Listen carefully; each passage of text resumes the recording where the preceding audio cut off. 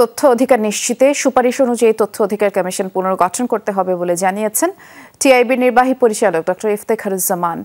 নাগরিক সমাজের সুপারিশ অনুযায়ী তথ্য অধিকার আইন সংস্কারের কথাও বলেছেন তিনি।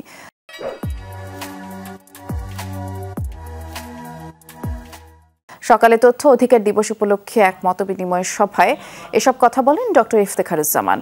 আরও বলেছেন, সরকারের জবাবদিহিতা নিশ্চিত তথ্য অধিকারের বিষয়ে মানুষকে সচেতন করে তুলতে হবে। কিছু ব্যক্তির পরিবর্তন হলেও সার্বিক সিস্টেমের পরিবর্তন হয়নি বলেও মন্তব্য তার। অধিকার আদায়ের সংগঠনগুলো আবারও আক্রান্ত হতে পারে বলে শঙ্কা জানান তিনি।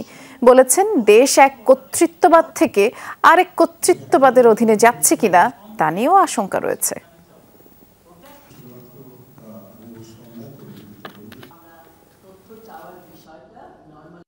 তথ্য কমিশনকে সংস্কার অবিলম্বে করতে হবে। এটা যেন এককভাবে সরকার কর্তৃক তথ্য কমিশন নিয়োগ না দেওয়া হয়। নাগরিক সমাজের পক্ষ থেকে প্রতিনিধি সহ বৃন্দ মিলে গণমাধ্যম সহ এবং অন্য অংশীজন সহ সবাইকে সম্পৃক্ত করে আইনটি সংস্কার করতে হবে।